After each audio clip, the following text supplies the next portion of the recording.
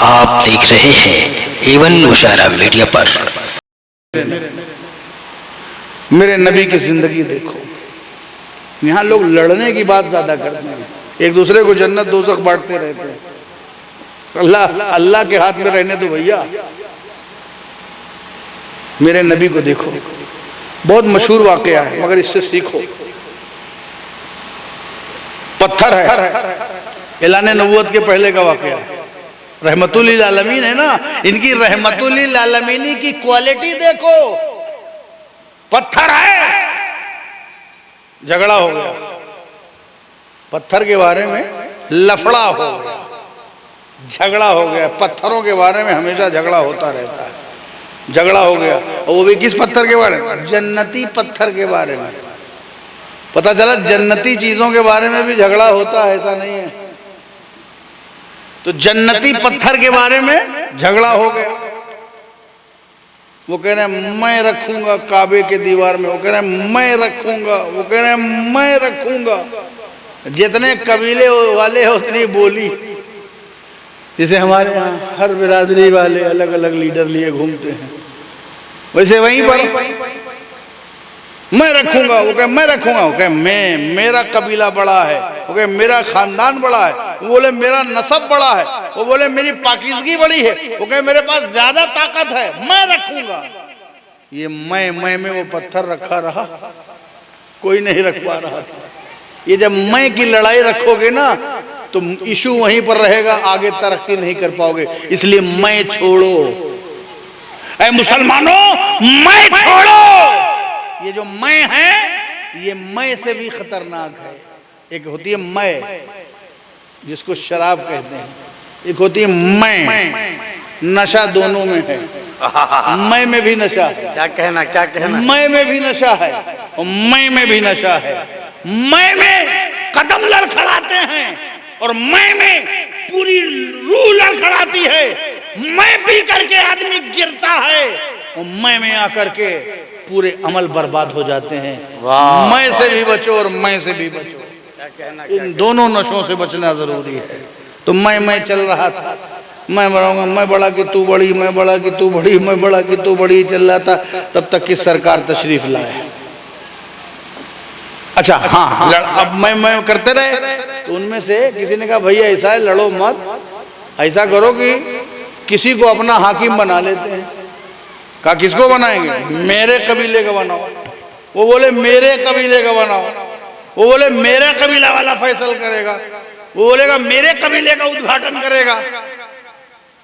तो एक ने कहा भैया ऐसा करो, ये जो हरम है ना, हरम का दरवाजा, इससे सबसे पहले सुबह सुबह जो आएगा, पहला जो इंटर होगा दरवाजे से, उसी को हम अपना फैसल बना लेंगे, उसी को हाकिम बना लेंगे, उसी से अपना फैसला करवाएंगे। अब इंतजार करने लगे रात भर, कौन आता है, कौन आता है। आज के मुसलमान होते तो उठते ही ना 5 बजे। आता कौन? फैसला वही करता है, जज वही बनता है जो सुबह सुबह उठता है। जज वही बनता है, मुंसिफ वही बनता है जो सुबह सुबह उठता है। इंतजार करते रहे, सबसे पहले जो चेहरा देखा वो मोहम्मद मुस्तफा का देखा। आप तशरीफ लाए, सबने कहा अरे अरे अरे ये तो मोहम्मद आ गए, ये तो अमीन आ गए, ये तो झगड़ा निपटाने वाले आ गए, ये तो बातें बनाने वाले आ गए, ये तो मसाइल सुलझाने वाले आ गए। शख्सियत ऐसी हो कि जब कोई कहे जाओ तो लोग समझें कि यहाँ झगड़ा मिट जाएगा, ये न समझें कि ये आया है और बढ़ जाएगा। ये है सरकार की सीरत। देखो आपने कहा क्या मामला है, देखा कि ये सब मामला है, मैं चल रही है। सरकार ने कहा सारे सरदारों, आपने अपनी चादर बिछाई, पत्थर उस चादर में रखा और सारे सरदार जो लड़ रहे थे सबसे कहा अपने अपने तरफ अपना अपना कोना पकड़ लो। सारे सरदारों ने कोना पकड़ लिया और चादर को उठाया। लड़ाई टल गई। सरकार की हिकमत से लड़ाई टल गई। पहले चाह रहे थे हम ही करें उद्घाटन, हम ही पत्थर रखें, मगर सरकार की हिकमत ने सबको एक एक कोना पकड़ा दिया। तो लड़ाई कब टली? जब ने सरकार की चादर का कोना पकड़ लिया। लड़ाई तब चली जब सबने सरकार के चादर का कोना पकड़ लिया। ये आज लड़ाई जारी है, तो कहीं ऐसा तो नहीं सरकार की चादर छूटी है, उनकी निस्बत छूटी है। इसलिए आज भी अपना अपना कोना पकड़ लो। जिसके जो खिदमत का एरिया हो, जिसकी जो खिदमत का इलाका हो, जिसकी जो खिदमत का इदारा हो, जिसके जो खिदमत का के अहाते हो, वो अपने अपने इदारे और अपने अपने इलाके और अपने अपने जाविये और अपने अपने दायरे में काम करता रहे। पूरी चादर छीनने के चक्कर में मत रहो कि पूरी चादर मेरी है। अपना अपना कोना पकड़ लो। जैसे कल लड़ाई खत्म हो गई थी, आज भी लड़ाई खत्म हो जाएगी। फिर ले गए सरकार, सारे सरदार चादर लेके गए। सरकार ने उठाया पत्थर को और काबा की दीवार में लगा दिया, तो पत्थर को वो हाथ मिल गया जिसका वो मुस्तहिक था। दीवार में सही जगह पर ईंट भी लग गई और लड़ाई भी हट गई। इस तरह की जिंदगी है। तुम्हारे लिए रसूल की जिंदगी नमूने अमल है। वाह वाह, तुम्हारे लिए रसूल की जिंदगी नमूने। ये है रहमतुल लिल आलमीन। जा रहे हैं, रोज एक रास्ते से गुजर रहे हैं और बुढ़िया जो है वो कूड़ा करकट फेंक रही है। हमारे और आपके इलाके में कोई बुढ़िया कूड़ा करकट फेंक दे कोई औरत, या तो गली छोड़ देंगे या उस बुढ़िया का काम तमाम कर देंगे, है कि नहीं? या तो भाई रास्ता बदल देंगे। मगर मेरे नबी को मालूम है कि रोज कूड़ा करकट आ रहा है, मगर मेरा नबी रास्ता नहीं बदल रहा है। अरे नबी रास्ता क्यों नहीं बदलते? कहा नबी अपना रास्ता बदलने नहीं आया है, नबी दूसरों को रास्ता दिखलाने आया है। दूसरों को रास्ता बताने आया है। हम सहेंगे, बर्दाश्त करेंगे, सब्र करेंगे, मगर अपना मिशन नहीं बदलेंगे, अपना रास्ता नहीं बदलेंगे। और रसूल पाक सल्लल्लाहु अलैहि वसल्लम रोज उसी रास्ते से कूड़ा करकट बर्दाश्त करते रहे। एक दिन वो बुढ़िया, उसने कूड़ा करकट नहीं फेंका। सरकार ने पूछा वो ईजा देने वाली बुढ़िया कहाँ गई? कहा वो बीमार है। सरकार उसकी तीमारदारी के लिए पहुंच जाते हैं। दुश्मन थी, सुनते कि बीमार है तो कहते अच्छा है, मर जाए तो बेहतर है, इसलिए कि यही रोज मेरी दुश्मनी करती थी, जैसे हम लोग अपने दुश्मनों के साथ करते हैं। मगर मेरे नबी अपने दुश्मन की तीमारदारी के लिए पहुंच गए और कहा अम्मा तुम बीमार हो, कैसी हो, क्या हाल है? अब वो बुढ़िया अपने गुनाहों पर शर्मिंदा हुई और अपने गुनाहों पर शर्माने लगी। वो सोचने लगी जिसकी मैं दुश्मनी करती थी वो इतना रहमतुल लिल आलमीन आया है, वो इतना रहम व करम करने वाला आया है, इतनी रहीमी और करीमी उसके अंदर है। फौरन उसने नबी के सामने तौबा करके कलमे ला इलाहा इल्लल्लाह मुहम्मदुर रसूलुल्लाह पढ़ लिया। इस तरह इस्लाम फैला है। मेरे नबी की रहमत ने ऐसा असर किया, ऐसा असर किया कि पत्थर थे तो मोम हो गया, कांटे थे तो गुलाब हो गए, जलते अलाव थे तो गुले गुलजार हो गए। सुभान अल्लाह, सुभान अल्लाह, सुभान दिल बदल गए, लोगों के मिजाज बदल गए, लोगों के किरदार बदल गए, लोगों के हालात बदल गए। सुभान अल्लाह, सुभान अल्लाह, सुभान अल्लाह। वो मेरा नबी जब ताइफ की गलियों में चल रहा है, हिदायत के लिए पत्थर बरस रहे हैं, पंजा जख्मी हो रहा है, खून के फव्वारे छूट रहे हैं। आपकी ये ईज़ा और तकलीफ जब मलकुल जिबाल ने, पहाड़ों के फरिश्ते ने देखी तो बर्दाश्त न हुआ। बारगाह रिसालत में हाजिर होकर के अर्ज करने लगा या रसूल अल्लाह आप कहें तो इन दोनों पहाड़ों के दरमियान इस बस्ती को तबाह कर दिया जाए, दोनों पहाड़ मिला दिए जाएं, बस्ती तबाह हो जाएगी। मेरे नबी कहते हैं नहीं, मैं इन्हें तबाह करने नहीं आया हूं, मैं इन्हें हलाक करने नहीं आया हूं, मैं इन्हें बचाने आया हूं। मैं इनके ये बगावत करते हैं तो करें, ये बगावत करेंगे, मैं दुआए हिदायत करूंगा, मैं दुआए हिदायत करूंगा। आज ये हमारे दुश्मन हैं, मेरे नबी हैं। मेरे नबी सजदे में जाते हैं, जालिमीन जो है मेरे नबी के ऊपर ऊंट की ओझड़ी रख देते हैं, नबी की पीठ दब जाती है, रीढ़ की हड्डियों में तकलीफ महसूस होने लगती है। फातिमा जहरा को खबर होती है, लायक फातिमा तैयबा, ताहिरा, जाहिदा, आबिदा, राकिया, साजिदा। रूए जमीन पर रसूलुल्लाह के बाद सबसे अफजल जात का नाम सैयदा फातिमा जहरा है। वो आई और आने के बाद उन्होंने उजड़ी हटाई और सरकार को खड़ा किया, और खड़ा करने के बाद उन लोगों को बुरा भला कहना शुरू किया। मेरे नबी ने हजरत फातिमा के मुंह पर हाथ रख दिया है, फातिमा इनके बुरा भला मत कहो, इनको बद्दुआ मत करो, इनके लिए दुआए हिदायत करो। आज ये कौम, समझ लो कि आज ये कौम हम पर हमें बुरा भला कह रही है, गाली दे रही है। कल यही कौम जब हिदायत पाएगी तो हम पर दुरूद पढ़ेगी, हम पर सलाम पढ़ेगी, हमारी नात पढ़ेगी, हमारी मनकबत पढ़ेगी। आज ये हमें बुरा कहते हैं, कल ये हम पे सलातो सलाम पढ़ते नजर आए। सुभान अल्लाह, सुभान अल्लाह, सुभान अल्लाह, सुभान अल्लाह, अल्लाहु अकबर, या रसूल अल्लाह, जिंदाबाद जिंदाबाद, अल्लाह या रसूल अल्लाह। दोस्तों, ये है लक़द काना लकुम फी रसूलिल्लाहि उस्वतुन हसना। तुम्हारे लिए रसूल की जिंदगी नमूने अमल है, रोल मॉडल है, आइडियल है। ये कैसे पता चले? जब तुम नबी की सीरत पढ़ोगे, झगड़ा नहीं, सीरत पढ़ोगे।